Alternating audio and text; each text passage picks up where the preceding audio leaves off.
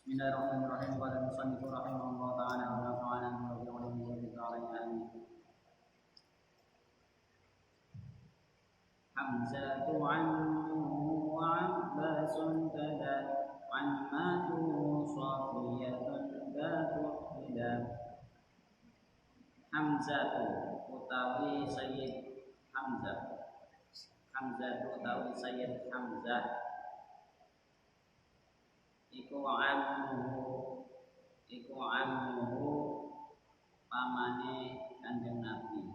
Iku ammuhu pamane Kanjeng Nabi. Wa Abbasun lan utawi Sayyidina Abbas.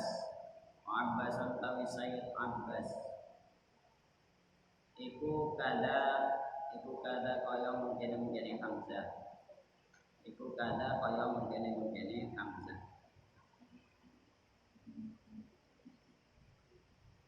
Ammatuhu utawi bibine Kanjeng Nabi. Ammatuhu utawi bibine Kanjeng Nabi. Iku Safiyatun Safiyah. Iku Safiyatun Safiyah. Datuh tidak kang duweni teladan. Datuh tidak kang duweni teladan. Allah Ta'ala a'la wa ansur. Di bait ini Sayyid Ahmad Al-Makhluqi musannaf kitab ini yang Bidatul Awam menjelaskan tentang paman dan juga bibi dari Nabi Muhammad SAW. Sebenarnya ada banyak paman dan bibi Nabi yang disebutkan di sini sebagai contoh saja yang sudah beriman dan bisa menjadi contoh orang-orang mukmin. Sebenarnya ada banyak. Saya sebutkan ya, dicatat. Ada pertama Abu Thalib. Pamannya Nabi itu ada sekitar 11.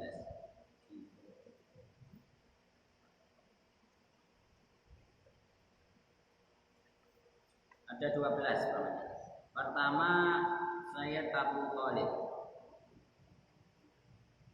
Abu Thalib ini saudaranya Sayyid Abdullah sekandung, ya, tunggal ayah, tunggal ibu.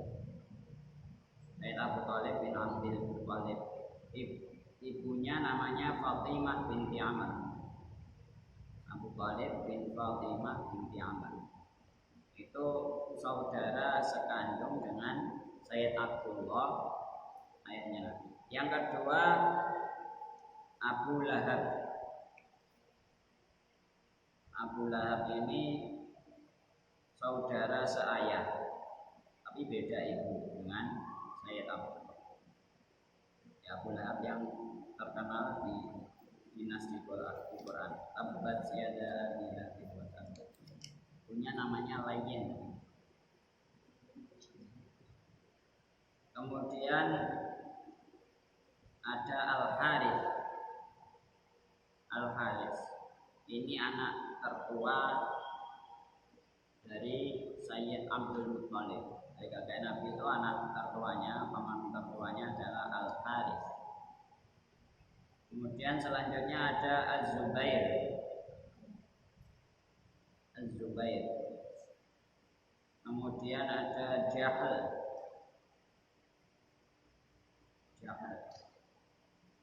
Kemudian ada Abdul Ka'bah.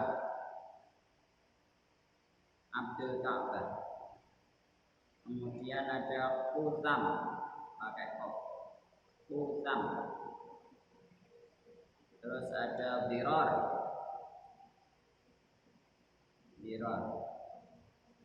Terus Al-Waidaq.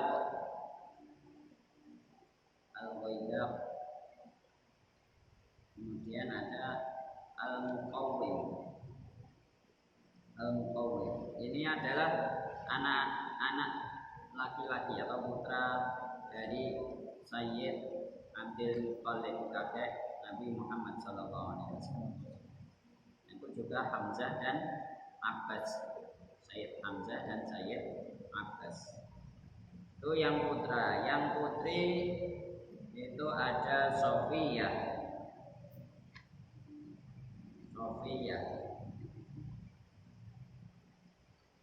Sofiyah ini adalah ibu dari sahabat Zubair bin Awam. Kemudian ada Arwa. Kemudian ada Atikah.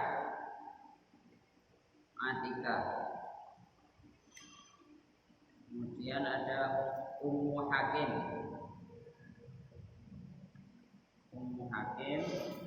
Terus ada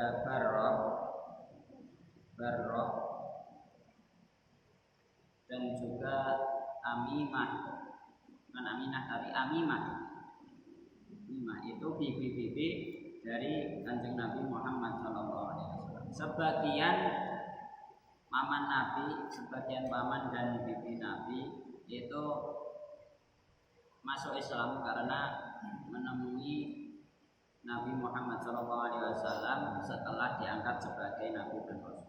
Sebagian yang lain itu belum masuk Islam karena ketika itu belum menemui kenabian dan kerasulan dari keponakannya. Jadi beliau wafat sebelum Nabi diangkat sebagai Nabi dan Rasul. Ini kita ceritakan lebih dalam tentang Sayyid Hamzah dan juga Sayyid Abbas. Karena dua orang ini adalah dua orang panutan di antara paman-paman Nabi. Yang pertama Sayyid Hamzah bin Abdul Muthalib, tapi ibunya bernama Halah. Hamzah bin Halah. Jadi ini adalah saudara seayah dengan Sayyid Abdullah. Saudara seayah dengan Sayyid Abdullah, ayahnya Nabi. Sayyid Hamzah itu lebih sepuh daripada Nabi sekitar 4 tahun. Saya bilang 2 tahun. Sayyid Hamzah itu termasuk julukannya Asadullah, singanya Allah. Karena apa? Sayyid Hamzah inilah yang salah satu paman yang paling berani dalam membela Nabi Muhammad SAW. Selain tentunya Sayyid Abu Thalib. Abu Thalib itu yang merawat Nabi dari umur 8 tahun, kemudian membela Nabi habis-habisan, kemudian wafat di Mekah sebelum Nabi hijrah ke Madinah. Tapi Sayyid Abu Thalib itu belum mau beriman kepada Nabi. Bela Nabi habis-habisan, tapi beliau belum mau masuk Islam, belum mau beriman kepada Nabi. Karena apa? Untuk menjaga wibawa. Kalau aku nanti masuk ke pasukan wahai Muhammad, kalau aku nanti ikut agamamu, tentu wibawaku di hadapan saudara-saudara, di hadapan orang Quraisy, kerabat-kerabat orang Quraisy akan jatuh. Makanya aku tetap saja di posisiku, tapi aku berani mati-matian membelamu, kata Sayyid Abu Thalib. Tapi kalau Sayyid Hamzah itu berani membela Nabi dan juga berani menyatakan keislamannya, berani masuk Islam dan beriman kepada Rasulullah SAW. Beliau itu ikut karena Asadullah, ikut perang Badar, menang. Kemudian juga ikut perang Uhud, dan disinilah akhir riwayat dari Sayyid Hamzah sampai Rasulullah itu menyebutnya, memberi gelar Sayyidus Syuhada, pimpinan orang yang mati syahid, yang wafat dalam keadaan syahid itu adalah Sayyid Hamzah, paman Rasulullah SAW. Karena wafatnya paling mengenaskan ketika perang Uhud. beliau itu kena luka, cedera, kena tusukannya pedang, kena panah, kena pokoknya senjatanya orang kafir Quraisy itu sampai lebih dari 80 tempat. Satu tubuh ini lukanya sampai lebih dari 80. Kena pedang, kena panah, kena sepakan, kena tonjokan, itu lebih dari 80. Dan siapa yang membunuh beliau, yang membunuh Sayyid Hamzah itu namanya Wahsy. Wahsy itu budak dari Ethiopia, dari Habasyah, dari Ethiopia, budak hitam dari itu. Ini miliknya istrinya Abi Sufyan, milik istrinya Abi Sufyan. Jadi istrinya Abi Sufyan itu berjanji akan memerdekakan Wahsy kalau mampu membunuh Sayyid Hamzah. Dendamnya bukan main, istrinya Abu Sufyan kepada Hamzah. Kalau kamu bisa membunuh Hamzah, kamu akan aku merdeka. Benar. Wahsy itu istilahnya perang tapi delik-delik. Perangnya delik-delik. Dia nggak mau berhadapan dengan pasukan Muslim, tapi wis melipir delik-delik. Yang dituju cuma satu, yaitu Sayyid Hamzah. Kemudian delik-delik setelah ketemu Sayyid Hamzah, kan Hamzah yang menghadapi pasukan orang Quraisy, sibuk menghadapi pasukan Quraisy. Lawas ini delik-delik dari belakang. Akhirnya dengan senjatanya menusuk Sayyid Hamzah. Setelah berhasil ditusuk, nggak cukup sekali, tusuk sampai berkali-kali, pokoknya sampai mati. Sudah yakin mati, tinggal. Tapi setelah ditinggal Wahsy khawatir. Jadi jangan-jangan saya tinggal Hamzah terkenal kuat. Jangan-jangan ketika saya tinggal nanti Hamzah belum mati, ternyata kembali lagi. Masih dalam keadaan tergeletak, Wahsy ini kembali lagi untuk membunuh Hamzah, memastikan membunuh Sayyid Hamzah. Bukan cuma itu, sebagai bukti bahwasanya Sayyid Hamzah itu berhasil terbunuh, setelah mati itu tidak dibiarkan begitu saja. Setelah mati itu dibedah dadanya, perutnya, kemudian diambil hatinya oleh Wahsy. Kan sadis, sudah terbunuh masih dicincang habis-habisan oleh Wahsy, dibelah perutnya, kemudian diambil hatinya. Dan hatinya ini dibawa oleh Wahsy kepada majikannya, yaitu istrinya Abu Sufyan. Setelah sampai kepada istrinya Abu Sufyan ditunjuk. Ini saya tunjukkan hati dari Hamzah. Benar, setelah itu diterima oleh istrinya Abu Sufyan. Sama istrinya Abu Sufyan ini saking sadisnya, itu hati ini digigit, dimakan. Orang sadis apa? Wafatnya Sayyid Hamzah. Makanya beliau dijuluki Sayyidus Syuhada oleh Nabi Muhammad SAW. Pimpinannya orang yang mati. Setelah itu Wahsy dibebaskan, dimerdekakan. Udah kamu bebas, nggak usah ikut saya lagi. Nah, Wahsy ini kemudian terus hidup sampai Fathu Mekah, pembukaan kota Mekah. Setelah kota Mekah dibuka, orang-orang berbondong-bondong masuk Islam. Sementara Wahsy ketakutan. Duh, ini gimana? Ini Mekah sudah dikuasai oleh umat Muslim, sudah dikuasai oleh Muhammad. Akhirnya Wahsy kabur dari Mekah, kabur ke Thaif. Thaif, kota yang penduduknya jauh sebelum Fathu Mekah, penduduknya melempari batu Nabi. Setelah ke Thaif, ternyata umat Islam itu juga menuju Thaif. Semakin terpojok. umat Islam menuju Taif, dan penduduk Taif banyak yang berbondong-bondong, akhirnya berbondong-bondong masuk Islam. Setelah itu Wahsy karena terpojok, tapi Wahsy ini juga cerdik. Wahsy ini tahu mendengar bahwasanya seberat apapun dosa kita, nanti kalau masuk Islam akan diampuni semuanya. Nah, agar Wahsy ini pengen dosanya diampuni, dia juga nggak pengen terpojok lagi, agar dia bisa selamat.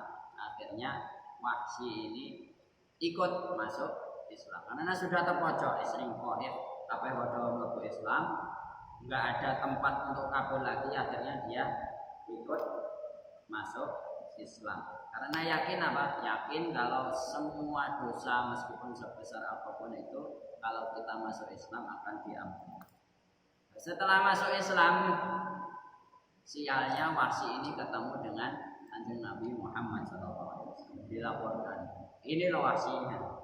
Sama Kanjeng Nabi tanya, kamu Wahsy yang dari Habasyah, yang dari Ethiopia?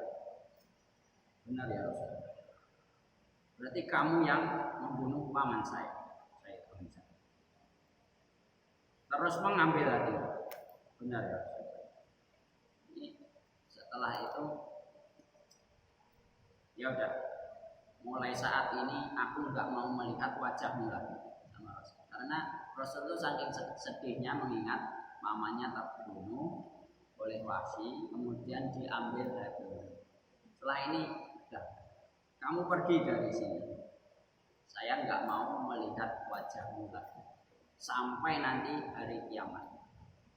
Sama Rasul, meskipun sudah masuk Islam, Rasul itu karena saking sedihnya pamannya dibunuh oleh si Wahsy, kamu nggak usah ketemu saya lagi, udah pergi entah kemana, yang penting aku nggak mau melihat wajahmu lagi sampai nanti hari kiamat, sampai nanti dibangkitkan. Dan setelah itu Wahsy menjauh dari Rasul, langsung menyembunyikan diri. Pokoknya jangan sampai ketemu dengan Rasul, menyembunyikan diri sampai nanti di masa kekhalifahan Abu Bakar, Sayyidina Abu Bakar, itu Wahsy ikut di perang Yamamah, untuk menyerang nabi palsu, namanya siapa? Musailamah. Di situ Wahsy bertekad, kan masih menyimpan senjata untuk membunuh Sayyidina. Ini senjata ini yang bisa membunuh Sayyidus Syuhada, pimpinannya orang-orang yang mati syahid. Aku bertekad dengan senjata yang sama, aku akan membunuh orang paling buruk. Kalau dulu senjata ini membunuh orang terbaik di kalangan umat muslim, Sayyidus Syuhada, Sayyid Hamzah. Aku berjanji dengan senjata yang sama aku akan membunuh orang paling buruk, yaitu orang yang ngaku-ngaku jadi nabi. Dengan senjata itu pula dia berangkat ke perang Yamamah dan berhasil membunuh Musailamah al-Kadzdzab. Itu adalah cerita dari Sayyid Hamzah dengan Wahsy tadi. Meskipun Wahsy sudah masuk Islam, sudah menemui Rasul, orang yang sudah menemui Rasul itu termasuk sahabat, dianggap remeh, termasuk sahabat. Tapi ternyata Rasul tidak berkenan melihat wajah Wahsy ini, dan dia diusir, disuruh pokoknya pergi sejauh-jauhnya.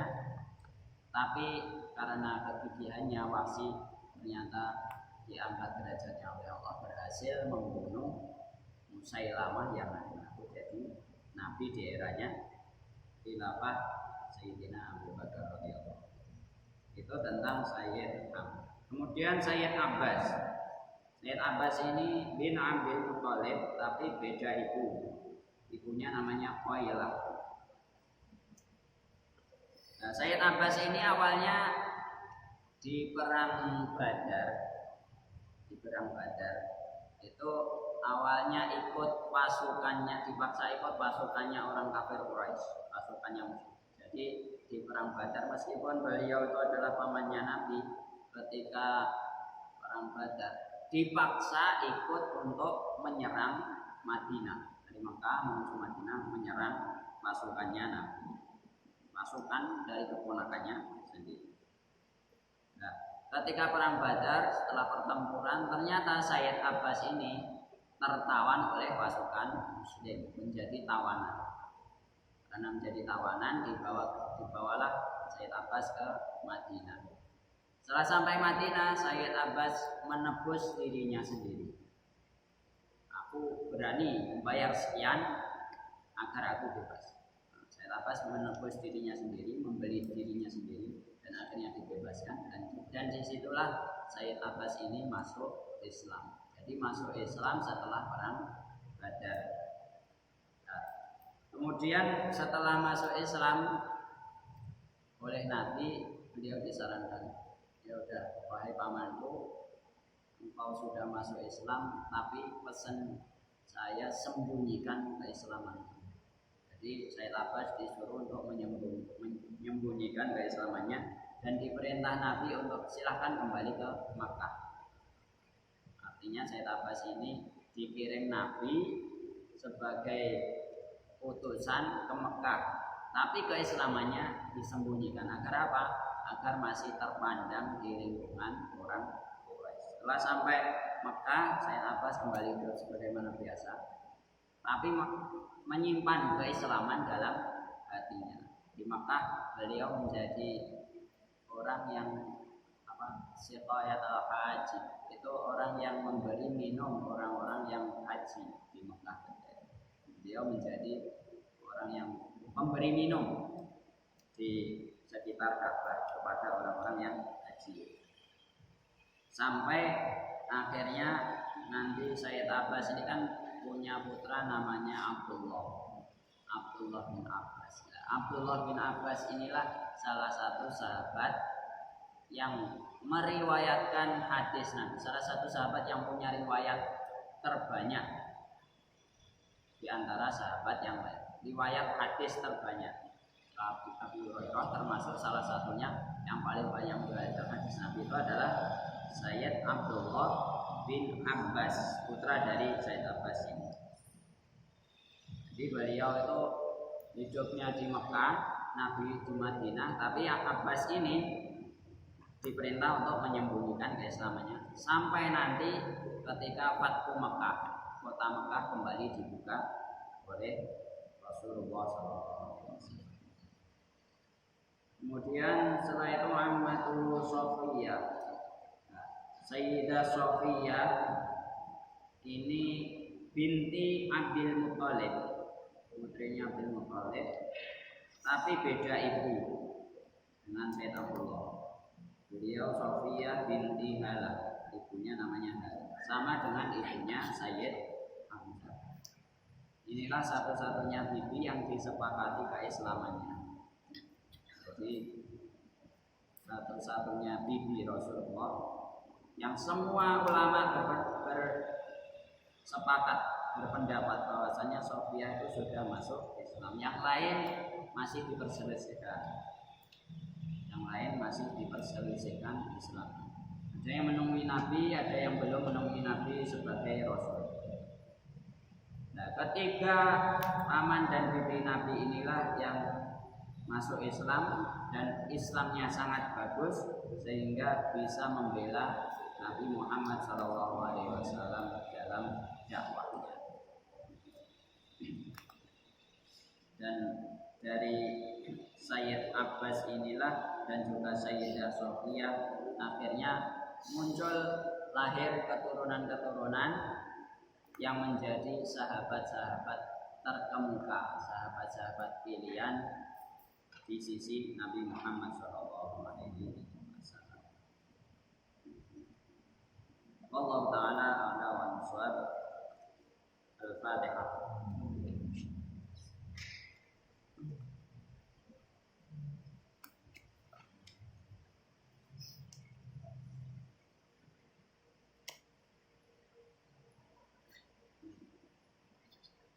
Dengan bacaan kafaratul majlis.